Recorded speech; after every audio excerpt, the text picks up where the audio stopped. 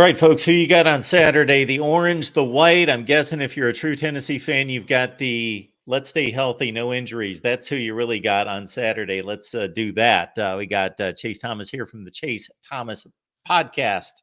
Always appreciate Chase stopping by. Chase, it's been a while. Good to see you, man.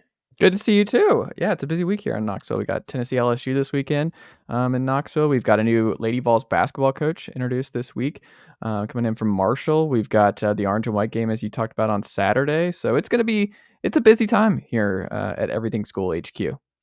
Another thing to remind people is that the TV cameras are on, and that makes the spring game a big deal. However, it's just one of 15 sessions. To the coaches, to the players, to those guys that line up every day in practice, they just think of it as, okay, this is just another scrimmage. We've got other scrimmages. This just happens to be the one that people can see. So that in mind, not just taking what you want to see on Saturday, but basically the intel of Tennessee spring practice up until this point and then going through the spring game. Where are those key areas? Let's start with the offense in regards to position battles and what you want to see. I think for me, I mean, obviously all eyes are gonna be on Nico as he flashed last year. He had a really big play down the right hand side that a lot of folks were really excited about. Where it was an off platform throw. He found Ethan Davis down the right hand side, who is slated to play a big role. Former 4-star tight end for Tennessee, who should be one of the starters, it looks like, with Holden Stays, who came in transfer from Notre Dame, who had a lot of success there. So Tennessee replacing two tight ends from a year ago. Jacob Warren, longtime starter, he moves on. McCallan Castles transferred from UC Davis, who was really good this past year for Tennessee. He's also moved on to the NFL. So a lot of production. I think it's an overlooked part of the Tennessee offense is how important the tight end position is. And Tennessee likes playing two tight ends. So they need those guys to get quickly acclimated, be ready to go. So I'm really interested to see what the tight ends look like on Saturday. I think for me, they're going to be really cautious with the running backs. I mean, Tennessee's got to figure out who's going to be the running back room going into this year. I mean, Dylan Sampson's going to be the main guy. But after that, Cam Seldon out for the spring, who's slated to be the number 2. We'll see what Tennessee looks like past him. Will it be Deshaun Bishop? Will it be Khalifa Keith? Peyton Lewis, also their new freshman. He won't be at the spring game, and he's missing the spring. So true freshman 4-star.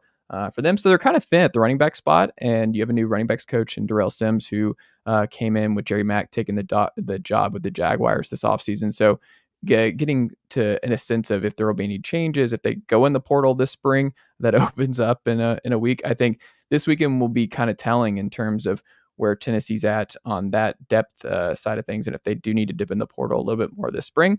But for me, my number one is still the receivers because I think Tennessee's never been deeper in the Heupel era at the receiver position. You got 5-star freshman Mike Matthews coming in.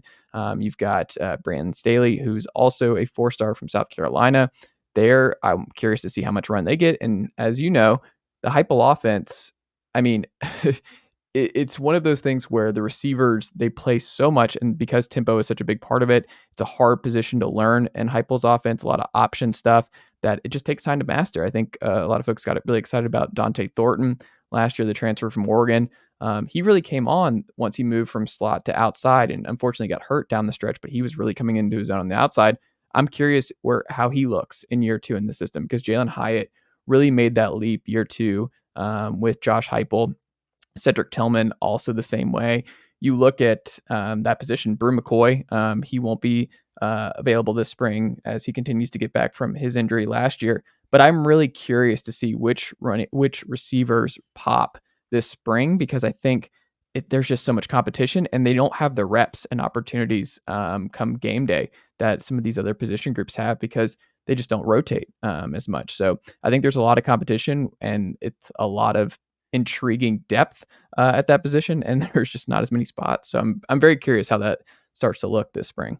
Chase, I'm guessing a lot of people that just heard the comment out of your mouth concerning the wide receiver depth are a bit surprised because then the 3 following names that you mentioned always, of course, played big in that 2022 season. One was a Blitnikoff Award Mhm. winner. And then you've got Tillman and you mentioned Brew McCoy as well, that this group could be even deeper than that group 2 years ago. Oh, I think it's a lot deeper than what they were 2 years ago. Like one of the things about 2 years ago was Tennessee was very fortunate with health. A lot of their main cogs were healthy, and that's a big part of it. I mean, Hendon Hooker was obviously electric and unbelievably efficient for Tennessee, but you had Jalen Hyatt who was healthy all year. You had Cedric Tillman who did unfortunately was banged up for a lot of that season. But you look at Burt McCoy who was healthy that full year. I think with this year, what you're seeing or what you'll potentially see is that Tennessee has more options than that they've ever had, where they don't have to like just count on those three big cogs to be healthy for them to make a deep run. I think if you don't have a Brew McCoy 100%, then like you still have a Caleb Webb who has been around for a while. You feel good about Dante Thornton in year 2. You bring in Chris Brazzell, the transfer from Tulane. Where does he fit in? Does he actually end up winning a starting job? So I think there's just a lot of competition on that front. So if you do have some injury stuff, if you do have some different things that you're that you may or may not be concerned about. I just look at it as if you're a Tennessee fan, this should be exciting because we know how important the receiver position is under Josh Heupel. We've seen the success with Jalen Hyatt and Cedric Tillman and Brew McCoy to this point. Squirrel White, especially too in the slot, that there's just so many different unique options for Nico as he takes over his first year in the system as the QB1 that I just think it's exciting. And I also just think it can go a lot of different ways because the competition is so fierce with young guys, vets, transfers, mainstays. It's gonna be fun to watch. Folks, please like the video and subscribe right here at the Voice of College Football. And you see Chase's info right there. You can trail all of his content there, I believe, on X at Pod Chase Thomas. Any other good ways to find and track what you're doing on a daily basis, Chase? Oh yeah. I also joined. I'm the senior editor of the Players Lounge Tennessee. So if you like to read me, I'm writing there every single day as well on that front. So if you're a Tennessee fan and you're not reading us there yet, go check us out. We have videos with all kinds of athlete-driven content from the YouTube page. So all kinds of Tennessee athletes all across football, basketball, baseball, women's softball, Lady Vols basketball. We're doing that a lot, and as we continue to grow that platform. That's been a lot of fun. So I've enjoyed my time there. So if you'd like to read me, but also if you want to watch me, YouTube page, YouTube Chase Thomas Podcast, you can go to the website, chasethomaspodcast.com, where you can get access to all my previous episodes, everything that I'm doing daily with the National Sports Show, not just if you're a Vols fan, but obviously a lot of Vols coverage on the podcast too. But we talk about it all on the show. Chase, I'm finding myself doing the same thing with Nico that I was doing with DJ Uyangalele a couple years ago when I wouldn't say his name for a couple months, and then I'd phonetically spell it out and be like, okay, someday I'll be able to just roll this off my tongue. But that took a couple years or whatever it took. But same thing with Nico. More importantly is his progression, of course. So for you, is this simply just, hey, he is showing all the attributes. He just needs the reps. He just needs the takes and the snaps, or are there certain parts of his game that I don't want to say the word concern, but you think that need to be drastically improved? I think when you look at Nico, I mean, in the bowl game, one of the things that I thought stood out to me against Iowa, like he ran the ball really well. What surprised me is a really good Iowa front seven. Tennessee had no problem putting Nico in harm's way in terms of running the football, and that's something that they were lacking. I think a lot of 2023 was Hendon Hooker was so good making something out of nothing when the first read wasn't there, when what the design play was. He he was so quick to make a decision and be like, all right, I'm taking off. I'm getting a first down. He did that a bunch in the Florida game 2 years ago at home. He was able to do that against Alabama. Obviously, a few weeks later, what that was something that was I think missing last year in this offense. And I think Nico is going to be so much more comfortable being able to do a lot of those things that Hendon Hooker was able to do. But I also think he's going to be able to operate outside of structure more than we've seen any quarterback in the Heupel era do. And I think that was something that Hendon just mastered the Heupel offense better than maybe anybody will, just because of how efficient he was, and he just always made the right decision. But the one thing about Hendon, and you saw it kind of in the Georgia game, was that when things did break down, or if the offensive line was struggling, it was just he wasn't going to create on the fly. He wasn't going to be able to improvise away like a Bryce Young was able to improvise. And there's a reason that people who've seen Nico and seen a little bit of him is like he looks kind of and moves and throws like a big Bryce Young. Obviously a gigantic frame. Has put on weight this offseason.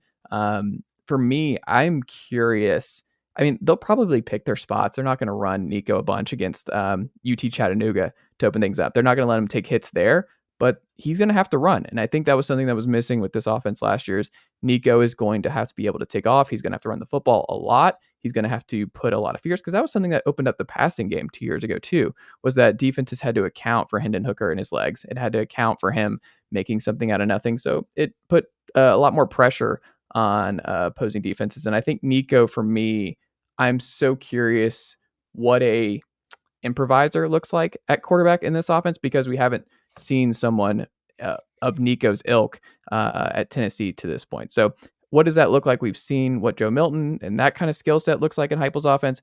We've seen what Hendon Hooker's skill set looks like in this offense. We haven't seen somebody who is able to do all the different things and be as versatile potentially as a Nico Yamayava. So I'm very, very curious what that does for this offense to have somebody who is able to improvise to the extent that Nico already showed a little bit. But I guess the main big question I still have is he didn't throw the ball downfield at all against Iowa. So what does that look like? Do we open it up more from 2 years ago, or is that still something that Tennessee doesn't do as much as they did 2 years ago?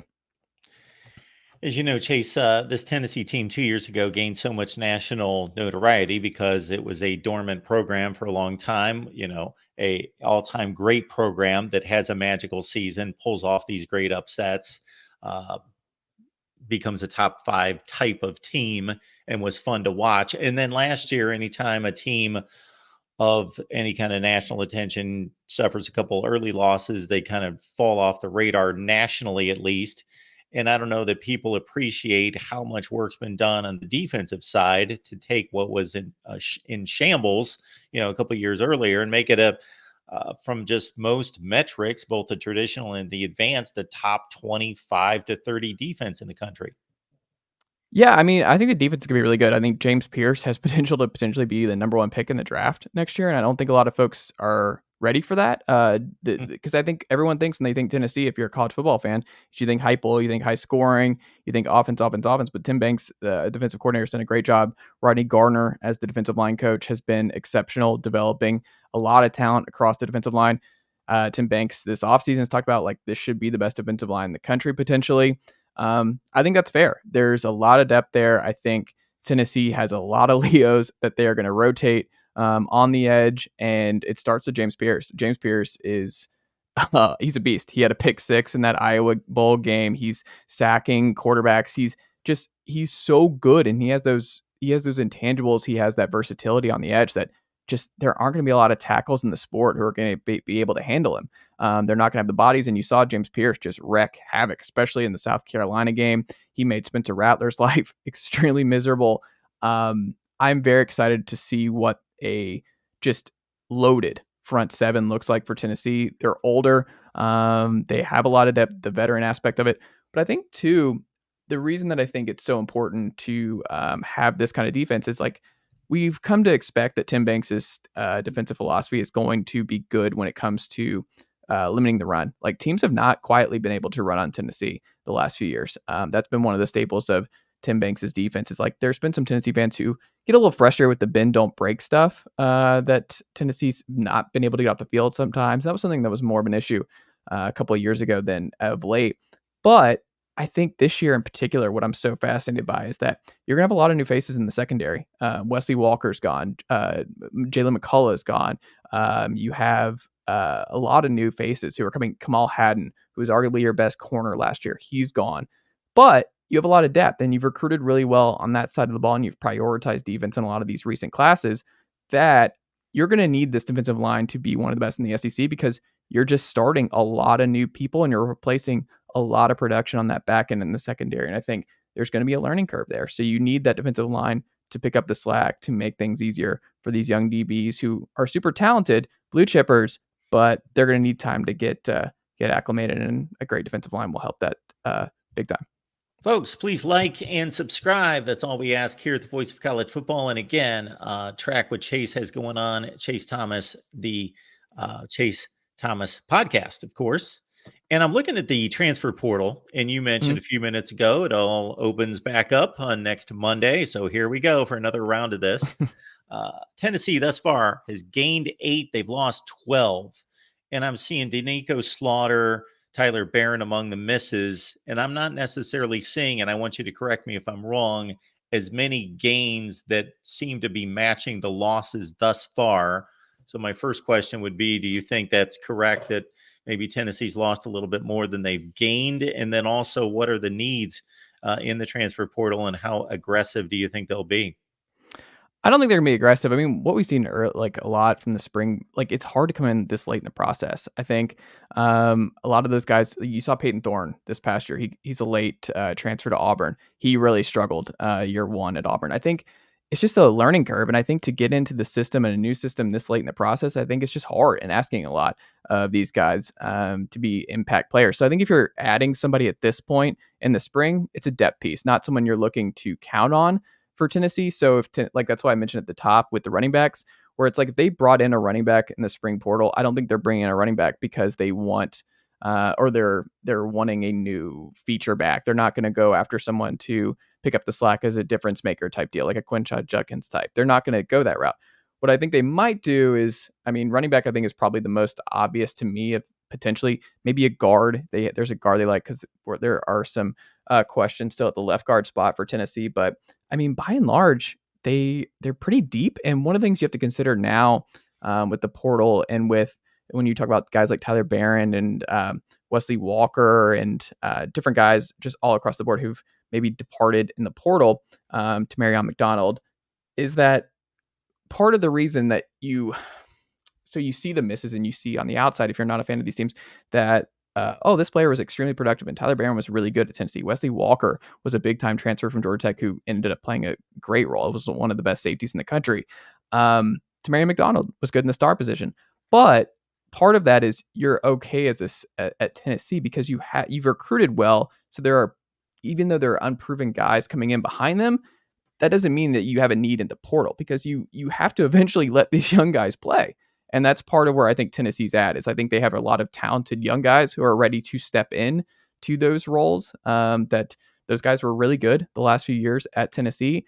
But Tennessee, like Ricky Gibson at corner, you have Jordan Thomas, who figures to be there at the star spot. He's been in the system for a while. He should be ready to go. You have somebody like John Slaughter, who's going to compete. You bring in Jacoby Thomas from Middle Tennessee State, who's going to compete. You bring in Jamad McCoy from Oregon State. He's going to compete at that corner spot. I think they've brought in a lot of talent. They've added a lot of talent. Jordan Matthews is a former four-star. Where does he factor in at corner? Boo Carter, true freshman. He's super talented. I'm excited to see what he does. He's going to be an instant impact guy on special teams. I think part of it is they just have so much new infusion of young talent that eventually these guys are going to have to play. Like you can't just like eventually you have to start playing these young guys. And I think Tennessee is at a point where they are having to play some of these young guys. Like when you recruit well, this is part of the deal. That's the goal is to get them on the field sooner rather than later with the portal in the portal era. And I think what you're going to see this fall is Tennessee start to make that jump from being transfer needy because of just the nature of coming in to a new staff, losing 30 plus kids when Heupel first got here and having to really slowly build this program. Now he's built it. Now they have a lot of depth and now they have 4 and 5 stars who are ready to play. And that's just part of it. Like they got to get on the field. And I think that's just where Tennessee's at the moment.